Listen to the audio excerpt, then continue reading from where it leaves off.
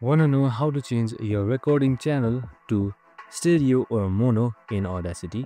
Well, no worries. In this video, I'm going to show you an easy step-by-step guide on how you can do it so that your audio recording is balanced and in the favor that you want.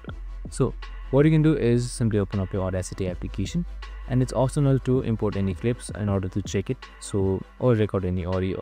So what you can simply do is here on the left side you should be seeing audio setup. That should be right beside show audio or get effects. So you can just simply hover on it or just simply click on it. So audio setup should pop up. Now once you've done that, you should be seeing recording channels. So you can just simply hover on it as well or just click it, and here you can see you can change your recording channel from mono to stereo or stereo to mono.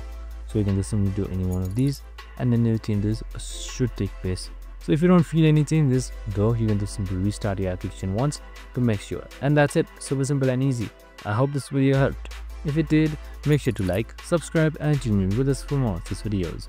See you in the next one.